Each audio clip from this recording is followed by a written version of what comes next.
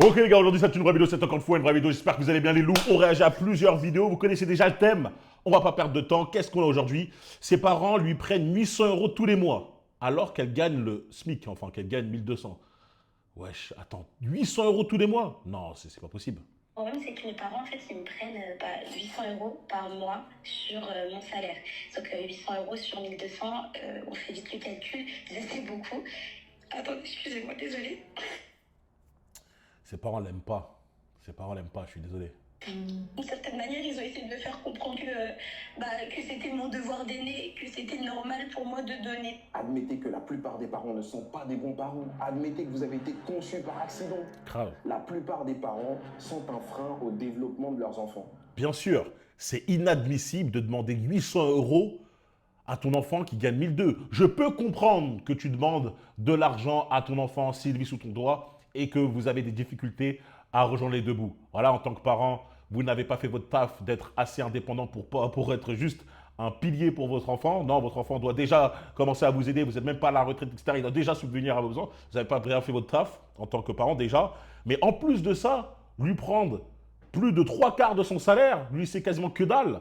Sous prétexte qu'elle vit sous ton toit, ouais, c'est ton rôle. C'est ton rôle en tant que parent de normalement de t'occuper de tes enfants et non tes enfants de t'occuper directement de toi alors qu'ils sont même pas sortis du foyer encore. Ce serait plus tard. Des enfants vont s'occuper des parents, mais plus tard. Là, normalement, on est encore dans la phase de construction. Normalement, tu dois aider ton enfant à construire un pécule financier pour qu'il puisse commencer la vie active, en tout cas sortir du foyer en étant à l'aise. Moi, je vous l'ai dit, je suis sorti de chez moi avec 200, un billet de 200 euros. On m'a donné un billet de 200 euros et je suis sorti de chez moi comme ça. J'avais zéro dans mon compte en banque. C'est comme ça. Est-ce que je suis en train de dire que mes parents n'ont pas fait le taf? Malheureusement, c'est quand tu viens de la classe moyenne très basse, c'est comme ça. J'étais pas pauvre, mais c'est ce qu'on appelle la classe moyenne très basse. Et puis voilà, tu vois. Mais au moins, je peux quand même dire avec fierté que ma mère me demandait pas de l'argent, tu vois, tous les mois. De toute façon, je gagnais pas d'argent, je travaillais pas, mais au moins, tu vois, elle m'a pas forcé à travailler pour pour lui donner ne serait-ce que de l'argent. C'est de la folie, frérot, les frérots. C'est de la folie, les parents qui font ça. Je peux comprendre, comme j'ai dit, que des parents demandent un minimum. Ok, bah, vas-y, pour tes factures, tu peux me donner, si tu travailles à la maison, au lieu de coffrer 100%, vas-y, participe un peu aux courses. Allez, un peu aux courses, tu manges toi aussi les courses, tu vois, c'est aussi pour toi, vas-y, participe. Mais de là à prendre trois quarts, non, c'est pas possible. Non, non, non, non. Les parents comme ça, et je vois beaucoup, ça arrive beaucoup en Afrique malheureusement, je trouve que c'est une mentalité qui empêche le développement, hein, qui empêche l'élèvement social. Parce que ton enfant, au final, comme j'ai dit, il va partir avec un handicap. Il part avec un putain d'handicap. Il y a d'autres parents, eux, ils construisent, ils mettent de l'argent de côté dans un PEL, dans des livrets, etc., dans des assurances vie et tout. Et toi, boum, en tant que parent, tu décides plutôt de ponctionner ton fils ou ta fille parce qu'elle travaille. Non, c'est trop. Jamais de ma vie je serai comme ça. La seule façon qu'a cette jeune fille de se sortir de cette situation, c'est de devenir radine. Mais non, non, ça suffit pas en fait. Non, Radine, c'est pas possible. Parce que tant qu'elle vivra chez ses parents ses parents indignes, ses parents lui mettront un coup de pression et lui diront donne-moi ton argent. La seule solution pour elle de s'en sortir, c'est de partir. C'est de sortir du foyer familial. Tant pis, tu sors. Vous allez prendre un logement social. Non, bon, c'est difficile pour acquérir un logement social, mais un logement de jeunes travailleurs. Les loyers sont pas chers. Hein, c'est pas la grande classe, etc. Tu vas pas vivre dans un palace. Mais les frérots, moi je comprends pas pourquoi vous faites pas ça lorsque vous avez des parents toxiques comme ça. Je vous jure, mieux vaut un petit chez soi qu'un grand chez quelqu'un d'autre. Et encore plus, rien ne vaut votre paix d'esprit. Rien ne vaut ça. Moi, j'étais bien dans mon 9 mètres carrés. 9 mètres carrés, les gars, j'étais bien. Tra. Les gens peuvent dire, mais t'es où? T'avais pas de cuisine chez toi, tu es obligé de partager une cuisine collective. En plus, la cuisine collective, elle n'est même pas à ton étage, tu dois monter les escaliers et tout. Frérot, c'était mieux qu'être chez moi. Je vous jure, c'était largement mieux. Et j'ai chéri ces années-là, tu vois. Donc pour cette fille, mon conseil, il est simple, barre-toi de chez toi. Barre-toi de chez toi et regarde comment ça te met dans un état où tu chiales. C'est pas ça. Et malheureusement, tu vois, ces parents-là, faut pas, et je vais dire la vérité, parce que vous êtes trop dans le monde de Narnia, dans Netflix et tout, je dis, faut pas qu'ils s'étonnent si les enfants, leurs enfants leur tournent le dos, tu vois, plus tard. Faut pas s'étonner. Les gens sont trop en mode, je comprends pas, c'est ton père, c'est ta mère, à vie, quoi qu'il arrive, quoi qu'elle fasse. des fois, ils t'ont tellement fait la misère que lorsque tu deviens adulte, tu veux couper les ponts. Tu ne veux plus parler avec eux. Et c'est justifié. La plupart des gens ne sont pas capables d'être objectifs. Ils vont mettre toutes les expériences des autres, ils vont juger les expériences des autres par rapport à leur propre expérience. Oh, moi, j'ai eu des bons parents, c'est impossible que moi, je lui tourne le dos. Hein. Même si j'avais eu... Arrête de dire même si, parce que tu n'as jamais eu de mauvais parents. Tu sais pas c'est quoi des parents qui te frappent, des parents qui comme tu as dit, là, ils te ponctionnent tout ton argent, ils ne te laissent pas t'évoluer. Limite, on dirait qu'ils sont jaloux de ta réussite, ou ils sont jaloux de te voir que tu as une chance de réussir, tu as peut-être une chance de réussir, tu vois. Limite, tu vois ça. Ça ne va pas comprendre, mais ça existe. Ça existe. Des pères qui sont jaloux de leur fils. Tu te dis, c'est pas vrai, moi, jamais de ma vie. Moi, mon fils, mon but, mon rêve, hein, ce que je chéris le plus au monde, c'est d'avoir un fils qui soit meilleur que moi. Plus beau gosse, plus grand, plus balèze, plus intelligent, plus riche, plus charismatique. Ça, c'est mon rêve absolu, tu vois. Et on va construire ce projet-là. Mais il y a des parents, eux, ils ont le démon de voir leurs enfants grandir et gagner plus qu'eux. Ou avoir le potentiel. Ouais, moi, c'était la vie, elle était dure et tout. C'est pour ça que beaucoup n'arrivent pas à comprendre quand des enfants tournent leur dos à leurs parents plus tard. Et sachez-le, hein, les parents qui font ça, hein, avares, sans âme, parce que pour moi, vous n'avez pas d'âme pour faire ça, vous allez toujours le regretter. Vous allez toujours le regretter. Vous le regrettez tous. Toujours, à la fin, sur votre lit, à l'hôpital, vous dites, punaise, j'aurais pas dû faire ça. J'aurais dû mieux me comporter avec mes enfants. J'aurais dû faire ci, ça. Quand plus tes enfants vont plus te parler, vont vous ghoster, vont vous laisser pourrir. Ça soit même dans une maison de retraite, et encore, qui va payer la maison de retraite. On va vous laisser comme ça. Vous allez voir. C'est grave, franchement, c'est très très grave. Radin en tout point, radin en termes d'énergie, radin en termes d'argent. Quand tu vois des gens qui disent si tu ne dépenses pas pour tes parents, alors pour qui tu dépenses? Non, mais il y a une différence entre participer aux charges familiales et prendre tout ce salaire. Je travaille 35 heures. La meuf, elle travaille minimum 35 heures. Sur 35 heures, elle voit même pas la couleur de son travail. Et pour les gens, c'est normal. Ça, mais c'est quoi? C'est ton esclave. C'est votre esclave. Si, à la limite, moi, ce que je veux dire, c'est si la meuf, elle veut faire ça de son plein gré, tant mieux. Et là, on va se lui, on dit, putain, quelle grandeur d'âme et tout. Mais si la meuf, elle dit, j'ai envie de travailler pour mettre de côté, comme ça, quand je sors du foyer, j'ai assez pour ne serait-ce que commencer à mettre, par exemple, une caution. Si j'ai une caution, je peux direct, tu vois, au lieu d'emprunter, j'ai mis de côté, etc., pour les coups durs, non. Vous ne pensez pas comme ça. Oh non, c'est tes parents, ils ont tous les droits, ils ont le droit de vie de mort sur toi, c'est eux qui t'ont mis au monde. Vas-y, frérot. Et quand j'entends ça, je me dis, tes parents, c'est-à-dire ils ont le droit de te mettre en esclavage, ils ont le droit de te faire des dingueries et tout, et toi tu fermes ta bouche. Arrêtez, n'importe quoi. Les montants que vous gagnez, n'ayez pas honte de mentir aux gens, parce que les gens n'hésiteront pas à se servir, même si ils savent pertinemment que vous leur donnez au détriment de vos propres intérêts. Incroyable. Bah oui, c'est un truc de fou. C'est un truc de fou. Moi je te dis, cousine, barre-toi de chez toi le plus rapidement possible. Malheureusement, c'est comme ça. Alors, la meuf, elle est en état de pleurs. Vous pensez que vous pouvez réussir la vie quand vous êtes comme ça? Et le pire, c'est que quand elle va sortir de chez elle pour aller ne serait-ce que dans un petit appart, comme j'ai dit, soit tu fais logement de jeunes travailleurs, un truc, même si 9 mètres carrés, 9 mètres carrés, elle va vivre, elle va croire que c'est le paradis. Elle va croire que c'est le paradis. C'est quoi ça? Plus personne ne me prend la tête, je suis bien, je suis toute seule. Enfin, ce que je viens, c'est pour moi. C'est un truc de fou. Il faut partir le plus vite possible quand vous avez des parents comme ça. Et là, on parle d'argent, mais je parle aussi des parents qui peuvent vous mettre la pression H24, si c'est justifié, tu vois. Si c'est injustifié, justement, s'ils vous mettent la pression alors que c'est injustifié. Vous travaillez bien, vous faites toutes les choses dans la règle, des fois vous êtes d'un bon élève, mais on vous met une pression de fou, on essaie de vous mettre une misère, etc. Pour rien, juste comme ça, c'est des parents, des fois ils sont mauvais, tu vois. Ça existe, il y a tellement de cas, c'est pas rare. Partez, vous allez voir, ça va vous faire du bien. Avant qu'un parent ne soit détesté, il a lui-même détesté son enfant. Là, bien vu la connexion, frérot. Et ouais, clairement. Si vous entendez un enfant ou même une personne en général dire que je déteste mon père, je déteste ma mère, c'est pas sorti de nulle part, hein, c'est que cet enfant-là a été détesté par son parent en premier. Mais bien sûr, de base, nous, entre les êtres humains, quand on est enfant, on admire nos parents quoi qu'il arrive. Hein. Quoi qu'il arrive, on l'admire et j'ai envie d'aller même plus loin, on pardonne à tout à nos parents. Quand vous étiez enfant, vous pardonnez tout à vos parents. C'est-à-dire que même le plus gros chien, le père, le plus gros bâtard possible, tu vois, il se comporte mal avec l'enfant. L'enfant, quand il est petit, il a que eux pour justement s'en sortir. Il peut se reposer que sur eux et il va tout leur pardonner. Il ne va pas développer une rancœur, etc., être orgueilleux, fier. Non, il va venir et c'est ça qui fait de la peine, tu vois.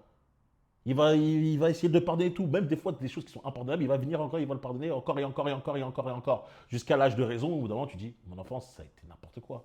Je peux pas. Pas détester son parent comme ça de nulle part, c'est pas possible. Si ce parent-là a pris son rôle à cœur, l'a aimé, l'a respecté, l'a fait grandir dans de bonnes conditions, avec une très bonne éducation, l'enfant ne peut que aimer et chérir son parent. L'aimer, le chérir de folie. Vous savez, moi, j'ai un ami, c'est un Bulgare, 2 mètres, je sais pas pourquoi je vous dis ça, 2 mètres, 130 kilos, un stremon. Son père, il est comme lui. Et tu vois, quand j'étais parti chez eux, j'étais incroyablement surpris par voir à quel point mon pote respectait son daron, tu vois. Il le respectait d'une manière, c'était incroyable, tu vois. En fait, c'était fou pour quand je voyais la différence, si je parlais un peu de moi, etc. Mais je veux dire, tu sentais que le père avait tellement bien fait son rôle que son fils le respectait à mort, tu vois. Et il voulait le mettre bien. Attends, si toi là, tu as besoin d'un truc, attends, je te ramène ça, je te fais ci, ça. J'étais choqué. Et tu sens que le père a bien géré son rôle. C'est bien occupé de ses enfants, du foyer, tu vois. Tu vois, quand le père joue son rôle à 100%, les enfants vont lui rendre au centuple, tu vois. Et le problème, au centuple, au centuple. Le problème, c'est qu'il y a des gens qui vont dire, ouais, non, les enfants sont ingrats. Sachez une chose, hein. Je ne sais pas où vous pouvez voir ça, c'est possible, il y a des trucs, mais généralement, les enfants ne sont pas assez ingrats que ça, tu vois. Ils vont toujours dire, non, j'avoue, quand tu leur parles dans tête à tête et tout, tu dis, t'as vraiment eu une mauvaise enfance, ou tes parents ils sont vraiment mal occupés, ils font, non, j'avoue, mes parents, ils m'ont tout donné. Non, tu vois, il y a ça, on ne peut pas se mentir à nous-mêmes. Donc, quand le père se comporte super bien, là, je prends l'exemple du père, mais ça existe la mère, même si je pense que c'est plus généralement le père qui fait n'importe quoi. Après, voilà, à vous de me dire en commentaire si c'est le cas. L'enfant va bien s'occuper d'eux, tu vois, des parents, etc., etc. Et quand tu vois que l'enfant déteste, y a pas, c'est logique que les parents ont mal fait quelque chose, tu vois. C'est ultra logique. Il ne va jamais détester sans raison. Non. On est programmé pour vous les aimer, même quand ils nous font de la misère. Il a de la haine, il a de la colère, il a de la vengeance ou des sentiments qui sont négatifs envers ce parent-là, c'est que son rôle a été mal fait. Bien Ça, sûr. les gens ont du mal à comprendre. Vraiment, arrêtez d'avoir Ils ont du mal à comprendre parce qu'ils ont vécu dans des familles qui sont des familles saines, un environnement sain. Ils n'arrivent pas à comprendre que, non, quoi? Mon père peut me battre tous les jours sans raison? Il peut rentrer bourré et me battre sans raison? Ah, mon père peut prendre mon compte en banque, vider mon argent sans raison? Ah, il peut me faire souscrire sur des prêts, des crédits à mon nom. Quand à peine je viens 18 ans, j'ai 18 ans, il souscrit des prêts à mon nom, il me met en dette sans raison, sans me dire. Il peut faire ça? Ah bon? Bien, ouais, il y a des parents qui sont comme ça. Et toi, tu vas dire, ouais, non, mais aime-le quand même, aime-le quand même. Je vais vous dire une chose. Si tu veux quand même aimer tes parents comme ça, et c'est tout à ton honneur, tu vois, pour qu'un enfant, en tout cas, une personne arrive à aimer ses parents alors qu'ils lui ont fait les pires grandes misères, pour moi, il faut un truc religieux, tu vois. Il faut que ça soit au-dessus de ce que nous, en tant qu'hommes, on ressent et on vit. Il faut que ça soit quelque chose de religieux. Un peu comme la monogamie. Non, mais voilà, il faut que ça soit religieux. Il est dit dans la religion que tu dois respecter tes parents, quoi qu'il arrive. Non, pas s'ils sont bien comportés. Ils ont dit tu dois respecter tes parents. Il n'y a pas précisé respecte tes parents s'ils se sont bien comportés avec toi. Non, respecte tes parents, tu vois. Donc voilà, il n'y a que ce truc-là qui fait que tu respecterais tes parents, même s'ils sont mal comportés. Mais je veux dire, dans la vie, tout le monde n'est pas religieux. compassion pour des choses qui sont normales. Quand j'entends des phrases dire oui, mais t'as quand même nourri et t'as quand même logé, waouh, l'enfant n'a pas de venir au monde. Hein. Faut pas. C'est ça, comment je déteste cette phrase-là. Non, mais t'avais à manger, t'avais un toit sur ta tête, t'avais des vêtements. Bah alors ferme ta bouche. Attends. Là, t'es en train de me dire que toi, tu voulais avoir des enfants et que t'avais pas prévu de rapporter de le nourrir. C'était une option de les nourrir, de les loger, de les habiller. C'était une option pour toi. Ils doivent s'estimer heureux d'avoir des vêtements sur eux, d'avoir de la nourriture. Hein, c'est une option. C'était une option. On pouvait les laisser comme ça. Hein, il y a des parents qui les laissent affamés et tout. Si tu les laisses affamés, tu vas en prison. Tu vas en prison si tu n'aurais pas tes enfants. Donc c'est quoi ces phrases de con là quand on dit ouais, t'avais au moins un toit sur ta tête. Fais pas d'enfants alors si toi dans ta tête, pour toi c'est un privilège de le nourrir et de leur donner à manger et un toit, c'est un privilège. Fais pas d'enfants. Et tous ceux qui valident ce discours-là, ne faites pas d'enfants. Vous êtes des dangers pour la société. Connaissons une autre vérité qui peut être très dur à entendre. Tu peux pas jouer la carte de la victime parce que maintenant tu es âgé, tu as 80 ans, tu as 60 ans. Du coup, un jour tu ne seras plus sur cette terre, du coup, il faut profiter. No, that's not okay. Je suis désolée, peut ne plus être sur cette terre. Mais au bout d'un moment, c'est pendant mon éducation, tu as été absent, tu es mauvais. Et, À 90 piges ou à 80 ans, je vous dis, tous ceux qui se sont comportés comme ça, tous ces parents le regrettent tous. Même les pires chiens. Ils sont au bord de la mort. Ils ont que maintenant le passé à ruminer chaque jour. Et ils se rendent compte de leur choix. Ils se disent, comment j'ai pu faire ça, tu vois. Et parfois, il y a des enfants qui, malheureusement, n'acceptent pas, tu vois, n'acceptent pas leur rédemption, n'acceptent pas leurs excuses et ont du mal à pardonner. Faut pardonner. Faut essayer de pardonner parce que, comme je t'ai dit, le fait que tu pardonnes va te permettre de passer à autre chose, etc. Mais voilà, quoi, c'est fou quand même de voir qu'ils ont besoin d'être au bord de la mort pour essayer de se dire, ah, quand même, c'est fou. Je pense que j'aurais dû quand même nourrir mes enfants régulièrement. Je pense que j'aurais pas dû les frapper pour rien. Je pense que, ouais, tu vois, c'est fou de penser comme ça, tu vois. destructeur, je ne veux pas te chérir parce que tu vas mourir.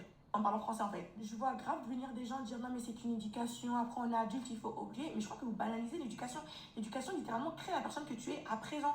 C'est-à-dire qu'elle peut autant te faire devenir une très bonne personne comme une très mauvaise personne avec des blessures que tu dois soigner à cause de quelqu'un d'autre qui a... Là, par rapport à ça, là, c'est vrai que l'éducation va te créer une sorte de base. Après, on reste quand même maître de notre destin, encore heureux. Et ça va créer une sorte de mentalité. Ça va créer une mentalité. Tu peux, il y a des personnes, il y a des études qui disaient comme quoi que les enfants reproduisaient le schéma des parents. Hein, un enfant va reproduire le schéma des parents ou sinon on va faire complètement l'inverse.